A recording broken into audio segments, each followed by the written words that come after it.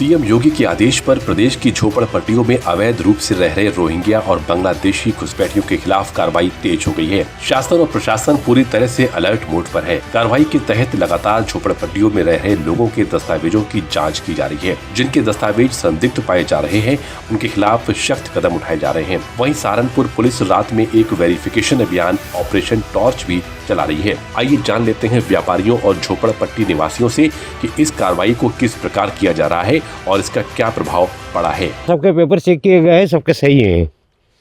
बगैर सही पेपर अगर देख लिए, अगर ऐसा कुछ होता तो लोग इधर उधर भागम भाग करते। पुलिस तो यहीं से उसको मालूम करेगी कि भाई ये पेपर सही है नहीं सही है। जब सही होंगे तो कोई भाई हिंदुस्तान हमारा ही है, कोई गैर मुल्क में तो है ही नहीं।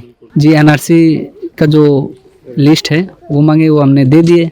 जितने फैमिली सबका एनआरसी का लिस्ट, आधार कार्ड फोटोकॉपी और जो फैमिली मेंबर में जो मेन है गार्जियन, उनका एक फ़ोटो हम लोगों ने दे दिए।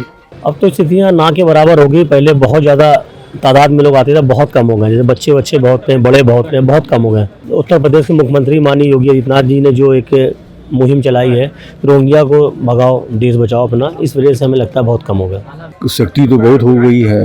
सरकारी निर्देश उस पर तो सख्ती करना ही करना है, होना ही चाहिए था। और भीख मांगने वाले भी बहुत कम मात्रा में हो गए हैं।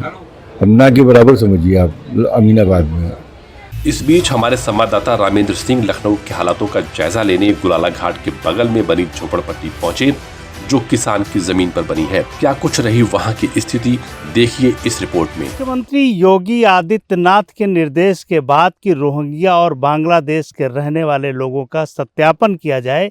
अगर वो उस देश के रहने वाले हैं तो वहां भेजा जाए, और अगर इस देश के रहने वाले हैं तो उनको काम करने के अवसर प्रदान किए जाएं। हम जिस झुग्गी में खड़े हैं, गुलाला घाट के बगल की एक झुग्गी झोपड़ी है। यहाँ इन लोगों ने पुलिस को कागज़ दिए हैं। पुलिस इनसे कागज़ मांगे थे कि कहाँ के रहने वाले हैं, एनआरसी का कागज़ चाहिए, आधार कार्ड चाहिए, वोटर कार्ड चाहिए, कई लोगों के पैन कार्ड भी हैं। तो वो इन लोगों ने पुलिस को दिया है।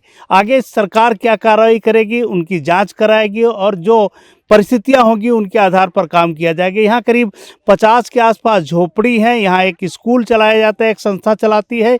इनके बच्चों को हिंदी, अंग्रेजी और उर्दू की शिक्षा दी जा रही है। उस स्कूल को संस्था चलाती है, उसमें कापी पेन पेंसिल संस्था देती है।